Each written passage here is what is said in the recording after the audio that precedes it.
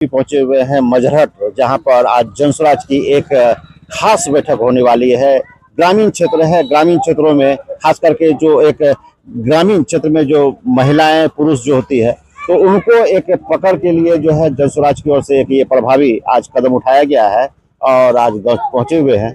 तो सर, खास करके जिस तरह से अभी राजनीतिक दृष्टिकोण से देखा जाए तो जिस तरह से उथल पुथल मचा हुआ है पूरे राजनीति में, एक तरफ से तेजस्वी यादव का, दूसरी तरफ नीतीश कुमार का लगातार मानसिक स्थिति का लगातार वीडियो छोटे छोटे क्लिप के रूप में लगातार सामने आना, ऐसे में खास करके और माँ बहन मान योजना को लेकर लगातार तेजस्वी यादव की सरकार ठोक बजा के कह रही है कि मैं जरूर पूरे 6 करोड़ महिलाओं को दूंगा।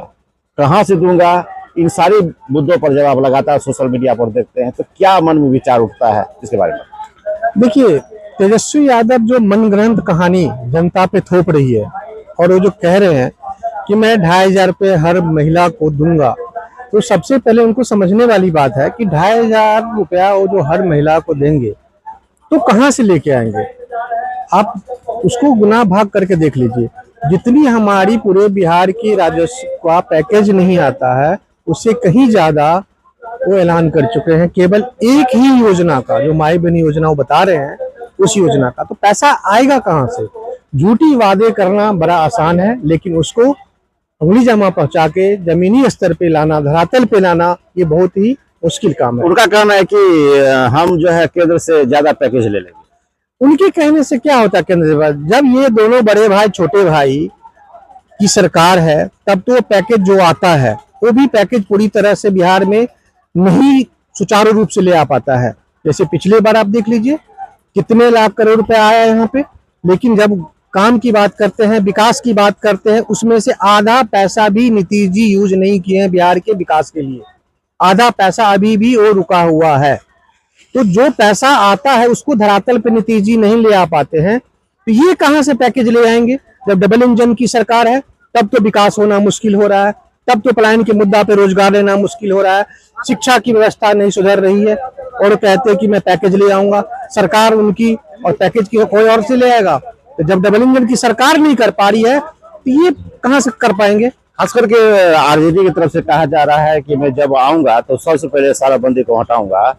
इस खास करके इस बीच में एक मंच से उन्होंने लवनी लेके कंधा पर एक घूमे भी थे कि मैं आऊंगा तो तारी से सबसे पहले हटाऊंगा, उसके बाद शराबबंदी हटाऊंगा। इस पर आपको क्या कहना है?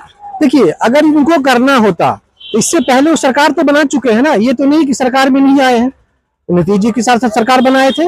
अगर इतना ही उनका मन स्वच्छ था, इतना ही पाक पवित्र मन था, तो क्यों नहीं उस समय शराबबंदी कानून हटाया? क्यों नहीं शिक्षा पे जोर दिए? क्यों नहीं भ्रष्ट पदाधिकारियों को हटाए हो? आप मुझे बता दीजिए। इतने दिन उनकी सरकार चली, नीतीश जी का जो गठबंधन तो बना था, सरकार में आए थे पूर्ण भूमिका से, बोले कि हम रोजगार देंगे, इतने लाख रोजगार देंगे। क्या हुआ रोजगार का? बोले कि शिक्षा में सुधार करेंगे हम, क्या हुआ शिक्षा के सुधार? कुछ भी छिपा हुआ आप लोगों से नहीं है। और जो भी मीडिया बंधु में देख रहे हैं उनसे कुछ भी छुपा हुआ नहीं है। बिहार के विकास को लेकर के, शिक्षा को लेकर के, रोजगार को लेकर के कहीं भी नहीं है। जितने भी भ्रष्ट पदाधिकारी है ये नीतीश जी का बढ़ाया हुआ पदाधिकारी है, चाहे वो आरजेडी के साथ गठबंधन करे, चाहे बीजेपी साथ गठबंधन करे, लेकिन वही उनके लगाम लगाना उनको मुश्किल है और उनकी बस की बात नहीं है। इधर एक पत्रकार के साथ जो पीएमसीएच में जो मारपीट की घटना हुई थी और जब उनसे जो प्रेस वाले जाके पूछे तो उन्होंने कहा था कि पहले जंगल राज 1 था और आज जंगल राज 2 है। इस पर क्या कहेंगे? हाँ, बिल्कुल ठीक बात कर रहे हो। देखिए, जब उनकी सरकार थी उन्होंने कहा था कि हम गुंडागर्दी को खत्म कर देंगे, भ्रष्ट कर देंगे। जंगल राज में भी आपने देखा कि 5 बजे के बाद लोगों को घर में निकलना मुश्किल हो जाता था और शिक्षा और सड़क और बिजली की जो बिल्कुल ही स्थिति बद से बदतर थी। तो जंगल राज 1 तो सबने देखा। उन्होंने फिर बोला कि नहीं, हम सरकार में अगर आते हैं तो हम इस चीज को दूर कर देंगे। तो जंगल राज 2 आया। जंगल राज 2 में उन्होंने शिक्षा को तो दूर, भ्रष्ट सरकार पदाधिकारी को तो दूर हटाना और बेरोजगारी को बिल्कुल खत्म करना, कहीं भी उनके बस की बात नहीं रहा। अगर उनके बस की बात होता तो वो जंगल राज 2 का स्थापना नहीं होने देते और एक अच्छी सरकार बना के दिखाते। तब तो लोगों में विश्वास जगता ना कि हाँ, ये आरजेडी के जो हमारे नेता है, तेजस्वी जी नेता है, उन्होंने सरकार किसी से भी बने, किसी का भी बने, लेकिन उन्होंने विकास के मुद्दे पे ध्यान दे रहे हैं, शिक्षा के मुद्दे पे ध्यान दे रहे हैं, रोजगार पे ध्यान दे रहे हैं। आज वो कहते हैं कि हम माई बहन योजना लेके आ रहे हैं, शिक्षा में सुधार करेंगे, रोजगार के लिए फैक्ट्री स्थापित करेंगे। अगर इतना ही मन साफ होता तो क्यों इससे पहले कर दिया? वो तो खुद ही बोलते हैं कि जंगल राज 1 है, जंगल राज 2 है, और वो जंगल राज 3 का स्थापना के लिए आगे कर रहे हैं। खास करके जब भी केंद्र से जब मोदी सरकार आता है बिहार में, और आने के बाद विशेष पैकेज के तौर पर 1-2 ट्रेन चलाने की नया कवायद शुरू हो जाती है। क्या विकास का मतलब क्या, ट्रेन बढ़ा देना या कुछ और थोड़ा मोड़ा दे देना? देखिए, बड़ा ही मार्मिक क्वेश्चन आपने पूछा है। इस पे क्या होता है, देखिए, अंदर से हृदय से रोना आ जाता है। सच पूछिए तो जनता को कहते हैं कि मोदी जी कि हमने ट्रेन की व्यवस्था करा दिया, लेकिन सही मायने में ट्रेन का व्यवस्था नहीं करवाते हो। ये यहाँ के श्रमिक को अपने राज्य में ले जाने का व्यवस्था करवाते हैं। ट्रेन दे देना जनता तो समझते हैं और नेता समझते हैं, बड़े बाबा तालियां बजाते हैं कि मोदी जी ने 4 ट्रेन दे दिया। लेकिन 4 ट्रेन किसने किस लिए दिया? यहाँ से लेबर मजदूर, बिहार की जनता को लेबर बना के गुजरात ले जाने के लिए, राजस्थान ले जाने के लिए, काम करने के लिए ट्रेन की व्यवस्था करते हैं। अगर इतनी सोच अच्छी होती तो कहते कि ट्रेन ऐसे नहीं, मालवाहक ट्रेन देते, पैसेंजर ट्रेन देते, एसी बोगी का ट्रेन देते, जिसमें यहाँ का किसान सब्जी लेके जाता दूसरे राज्य में, जिससे राजस्व की आमदनी होती। मकई के उत्पादन के लिए ट्रेन देते कि मकई यहाँ से एक्सपोर्ट इम्पोर्ट होता। तो मानते ना कि ट्रेन से हमें बेनिफिट हुआ है, लेकिन ट्रेन के नाम की ट्रेन देते हैं। ट्रेन के पीछे उनका बहुत बड़ा मकसद है जनता को बेवकूफ बना के यहाँ से ले जाके अपने राज्य में विकास करवाना और यहाँ के लेबर मजदूर को बंधुआ मजदूर बना के रखना और बिहार को बिल्कुल ही निकम्मी बना के खड़ा करना। ये उनकी सोच है, ये उनकी मानसिकता है जो दिखती है और जनता समझ नहीं पा रही। लेकिन इस बार जनता समझ गई है। हम उनके कहने पे नहीं चलेंगे और इसमें इस बार बदलाव की मुहिम में हम शामिल होंगे, चाहे वो मोदी जी कुछ आके बोले या नीतीश जी बोले या चाहे तेजस्वी जी बोले। लेकिन जनता इस बार समझने वाली नहीं है, सुनने वाली नहीं है। इस बार बदलाव की मुहिम में जागरूक हो गई है और जन स्वराज पार्टी हर गांव हर जगह जा जाके जनता को जागरूक कर रही है। चाहे वो शिक्षा का मुद्दा हो, चाहे रोजगार की मुद्दा हो या पलायन की मुद्दा हो, हर पे एक एक बात लेकर के सामने रख रही है, तथ्य बता रही। अगर ये राज्य की, अगर हमारा मुख्यमंत्री अच्छा होता तो विकास होता, लेकिन विकास के नाम केवल कागजों पे ही रह गया है। विकास कहीं दिख नहीं रहा है धरातल पे। खास करके अभी आप गांव पहुंचे हुए हैं मजरत, जो मधेपुरा से बगल में ही है। मजरत में एक कैंप लगाया गया आपका एक स्कूल पर, तो ग्रामीण लोगों से मिल रहे हैं, लोगों को समझा रहे हैं। क्या कुछ लोगों से आकर्षण मिल रहा है? देखिए, लोग बड़े चाव से सुनते हैं हमारी बातें, बड़ी सुंदर से अपनी राय भी देते हैं और कहते हैं कि सर 40 साल से बिल्कुल हम इस भ्रष्ट सरकार को देख रहे हैं, ना तो हम जी पा रहे हैं ना तो हम मर पा रहे हैं, कुछ भी विकास के नाम पे नहीं है। वो कहते तो कुछ और है, होता कुछ और है।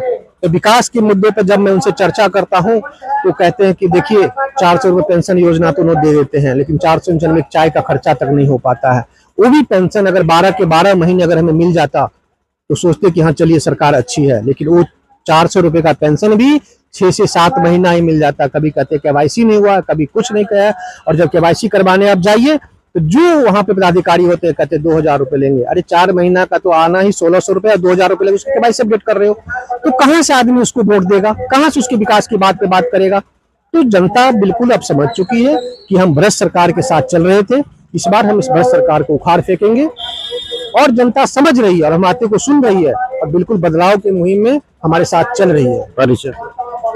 और एक चीज मैं कहना चाहूंगा कि देखिए, अभी आपने सुना होगा कि लालू यादव कहते हैं कि हमने बेटा को निकाल दिया घर से बाहर। समझने वाली बात है। मैं जिक्र इसलिए कर रहा हूं, आपने पूछा भी नहीं, लेकिन मैं बता देना चाहता हूं, अगर इतना ही निष्पक्ष अच्छा एक बाप होता तो इससे पहले जब उनकी पुतोहू घर से बाहर निकाली गई थी क्यों नहीं एक्शन लिया था उस समय? वो अगर एक अच्छे ससुर होते या राबड़ी जी एक अच्छी सास होती या तेजस्वी एक अच्छे मतलब साबित होते बड़े भाई के तौर पे, उस दिन अपने भाई को समझाते, कहते कि ऐसा करना गलत है।